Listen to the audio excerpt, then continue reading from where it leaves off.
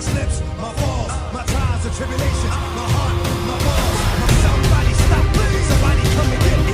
Little did I know that the Lord was riding with me. The dark, the light, my heart, the fight, the wrong, the right is gone. I'm not okay with this. I really am not. You know why? Because I am Samuel Leggett, representing Team JVS, here to give you guys a first season review of I'm Not Okay With This. Because, honestly, I'm not okay because I want more. It is such a great first season. Now, I'm going to give you guys a little bit of disclaimer, though. Most people think that all the Netflix shows, they all like an hour long. Like these episodes, they range between 30 to 22 minutes. So you can really binge past these very quickly. But that doesn't diminish the quality and the cinematography or the acting any way, shape, or form. Matter of fact, I think it was written pretty well because it was platformed on like this like breakaway, this, and then stop. And then maneuver forward. Like every single episode leads off on a really interesting platform cliffhanger. And to be honest with you, the producers of Stranger Things helped produce this show. And like when I was looking at the first trailer, I was like, you know, this feels like the world of Stranger Things. You know what I'm saying? And I'm not saying it is. I don't even know. I've seen the first season of this.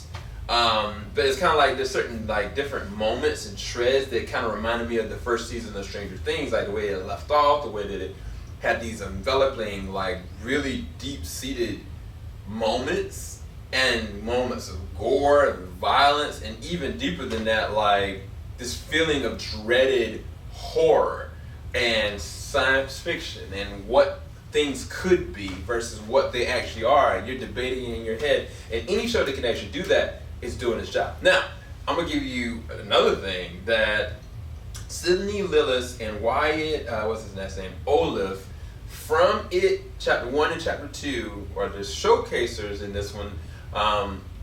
Sophia is playing the role of Sydney. Sydney is a girl that has a mom, has a brother, but tragically something happened to her dad. And right now she's just trying to figure out life and function as best she can in this town that she really doesn't care about with one friend that she does have.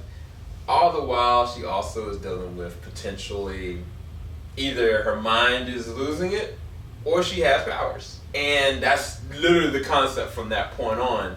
And you have other people kind of like Wyatt's character, who is Stanley. He is such a very fascinating character because he is the most chillax nerd / cool guy that I've really kind of seen in a long time. And the thing about this show, it reminds me a lot of like those days of Ferris Bueller, Breakfast Club, those kind of movies. All honesty, like it definitely has that flavor to it, but at the same time, it definitely pulls from the veins of like horror classics as well, which I'm not going to bring up because I feel like the context would be too much to bring up now. And then, of course, Stranger Things, because the producers are a part of this.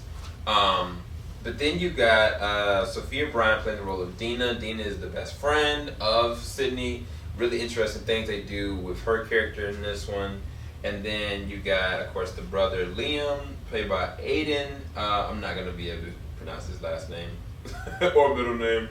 And Kathleen Rose Perkins as Maggie, who's the mom. And I mean, it's pretty much a tight-knit cast. And I think that's one of the things that works to the betterment of this, because you have a central focus. You go through the lens of Sydney. You go through the lens sometimes of what's my man's name? Stanley. You go through the lens of like Bradley sometimes, and then you go through the lens of Dina. And all these different kids are having different things going on. And I mean, it sounds like a 13 Reasons Why thing. This is not a 13 Reasons Why thing. Like, there's things in this that if you're a superhero fan, you're going to be like, bruh, what does that mean? And then if you're a fan of like 80s, 90s drama, like funny comedies, you can be like, yes, this is so good, I love it. And then if you're like a just a normal fan of like really good acting in general. I think that the social cues and the moments that Sophia Lillis does through her performance in this one, I think is commendable. I think she really does own this character very well. The other thing that was really weird about this is that I kept on feeling like this must be a really low like town, because the whole entire time I was like, it feels like this is an 80s and 90s movie, but is this in present day? And like I go and tread that back and forth, and I love that. I love that I couldn't place the era other than the certain nudges in the comments that would be coming up. But it was just weird, you know what I'm saying? And I loved it. I really did love it. Cinematography was very well done, but as well as the VFX. The subtle VFX moments in this one were done really well. This could easily, to me, be another Stranger Things hit. I think that this show is another one that Netflix should really get behind, rally behind, promote up, and really just acknowledge, because on all different facets, it has it there. And I, for one, and I loved it. I really did. Like this, I don't have any real issues with it, other than I'm not okay with the fact that there's not any more episodes. I was like, give me an 8th episode. Like, you're gonna get into the 7th episode, you can be like, wait, what? No. Like, that's literally gonna be, I don't know anybody that is gonna watch this is not gonna feel that same that way. They have to come out with more. But I mean, there are situations like the OA that have not been continued any further, and there has been other cancellations of shows that out of nowhere. But I personally feel like this should not be a limited release situation. This needs to be continued, because the world that is expanded from just Sydney's perspective and what she knows and doesn't really know. I think the unknown is the most interesting, most atmospheric thing that was written and woven into the scripting of this series. And to me, I think you gotta check it out. Hope you guys definitely go and check out when it comes out and drops. I think it's gonna come out on Wednesday the 24th.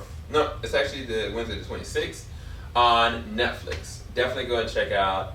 I'm not okay with this, even though I am really, really okay with this. 10 out of 10 for me. I don't have any problems with it whatsoever. I can't even knock it whatsoever either. Keep it locked. JVS, we ain't gonna stop. Peace, guys.